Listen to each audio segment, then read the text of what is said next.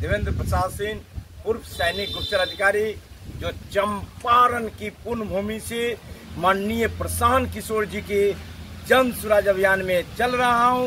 अब आपको उनके ही वाणी से बिहार के जनता जनार्दन के लिए क्या बोल रहा है आप सुनिए।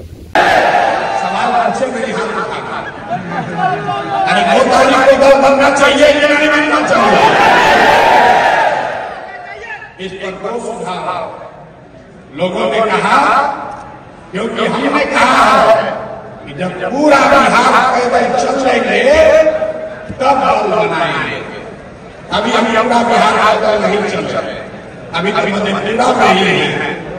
60% बिहार हम लोग पैदल चल चुके हैं, 40% और बाकी। तो दो सुझाव है। पहला सुझाव है कि 2 अक्टूबर को दल बना लिया जाए। दूसरा सुझाव है कि पदयात्रा को खत्म करने के बाद मार्च में अगले साल दल बनाया जाए। तो जो लोग चाहते हैं कि अक्टूबर में दल बने, वो लोग हाथ उठाइए जोर से बोलिए।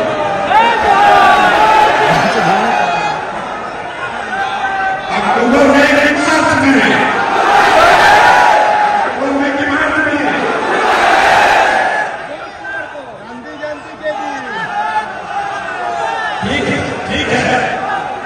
ठीक है, लेकिन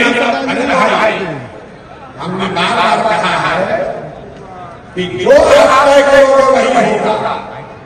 अभी आपको उसका नमूना दिखा रहा है।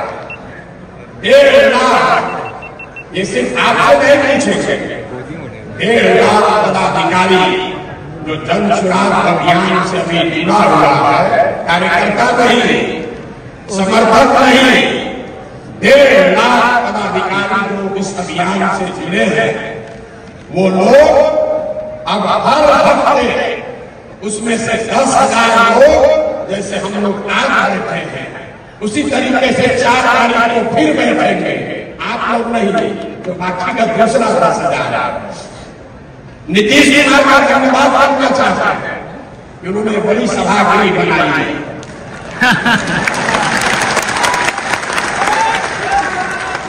हम आए थे प्रचार करने 2015 में, तो एक सभा किए थे जिसमें अपने सभी पार्टी के पदाधिकारियों को बुलाए थे हमसे परिचय कराने के लिए। हमने मेरा अभियान शुरू किया था 2 जून 2015 को। उस समय कृष्ण मेमोरियल हॉल में करीब 2200 लोग आए थे, हम भी थे, 2200 लोग आए थे। 25 साल का पुराना दल, 18 साल से सत्ता में रहने वाला दल अपने सारे पदाधिकारियों को बुलाया तो कृष्ण मेमोरियल हॉल में लोग पक गए। और जन स्वराज जब अपने पदाधिकारियों को बुला रहा है, तो नीतीश जी ने बड़ा हॉल तो बनाया है, लेकिन जब ये 10 बार भरेगा, 10 बार, तब वो पदाधिकारी एक बार मिल पाएगा।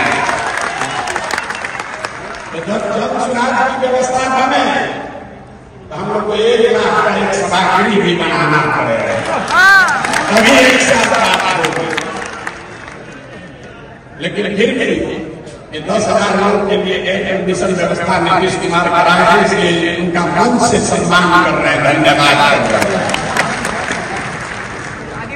दूसरी बात जो ज्यादा महत्वपूर्ण है, मेरी जो भूमिका है, मैंने पहले कहा है और आगे भी इस बात पर कायम है। जो बात मैंने आपको व्यक्तिगत तौर पर कहा, कमरे में बैठकर कहा, छोटी सभाओं में कहा, वही बात को फिर से दोहरा देते हैं। सबके सामने कैमरे पर रिकॉर्ड कर लीजिए। इस दल का नेता प्रशांत किशोर नहीं है। इस दल का नेता वो आदमी है, वो बच्चा है, वो महिला है जो बिहार का सबसे काबिल आदमी है, और जिसको सब लोग मिलकर चुनेगा वही दल का नेता बनेगा। अब जितना लोग पीछे सोच रहे थे कि भैया आप ही कहीं को चुनेंगे, तो हम चुनाव में नहीं, हम चुनाव में नहीं है। इस बात को आप सीखिए, इस बात को सीखिए। आज आप हम पर भरोसा कर रहे हैं, कल होकर हम लग जाएंगे, आप हाथ मानते रह जाओगे। इसलिए व्यक्ति महत्वपूर्ण नहीं है, व्यवस्था महत्वपूर्ण है। 2 अक्टूबर को आपको पूरे देश के सामने ये हम लोग दिखाएंगे कि सब भाई मिलकर अपने नेता का चुनाव लोकतांत्रिक तरीके से किया जाएगा। ताली जोर से बजा दें, जोर से ताली बजाएं।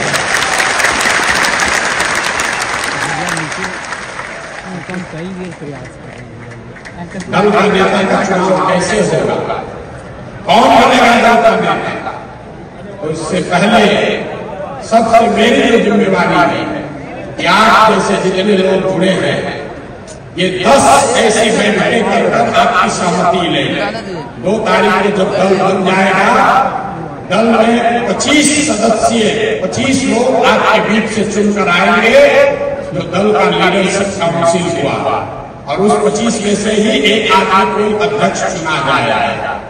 आपको एक बड़ी बात मैंने ये बताई है कि जन चुनाव प्रशांत किशोर का दल नहीं, किसी जाति का दल नहीं, किसी परिवार का दल नहीं, किसी व्यक्ति का दल नहीं, ये बिहार के इन सारे लोगों का दल होगा जो इसको मिलकर बनाएंगे और आगे मिलकर ही चलाएंगे। दूसरी बात हमने कही कि जिस समाज की जितनी संख्या है उसको उतनी भागीदारी हर स्तर पर दिया जाएगा। समर्थन देकर करना चाहिए। ये नारा आप बहुत सुने हैं, इसका मतलब क्या है? दल को बनाने वालों में, दल के पदाधिकारियों में, दल के लीडरशिप में, दल से टिकट पाने वालों में और दल से पदों पर मनोनीत किए जाने वाले लोग जब सरकार बन जाए, सब में जिसकी जितनी संख्या है उसको उसके हिसाब से भागीदारी मिले। और 5 बड़े समूह, इसको समझिए, 5 बड़े समूह समाज के बनाए गए।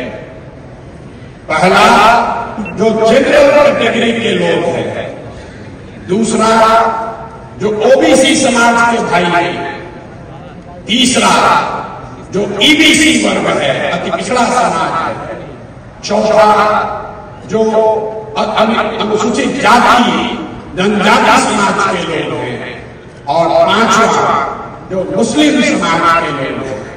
अगर आप पूरे समाज को कायदे से समझिएगा तो इन 5 बड़े वर्गों में लोगों को आप रख सकते हैं। तो जिस वर्ग की जितनी संख्या है उस वर्ग के इतने लोग दल में पदाधिकारी और दल का नेतृत्व करने के लिए चुने जाएंगे। पहला दल होगा जिसने कहा कि अगर 36% अति पिछड़ा समाज है तो निश्चित तौर पर 70 उम्मीदवार अति पिछड़ा समाज का जरूर बने। अब कुछ लोग कहता है ये तो जात पात का बात होने लगा, ये तो जात पात का बात करने लगे, आप भी दूसरे दल से अलग कैसे हो?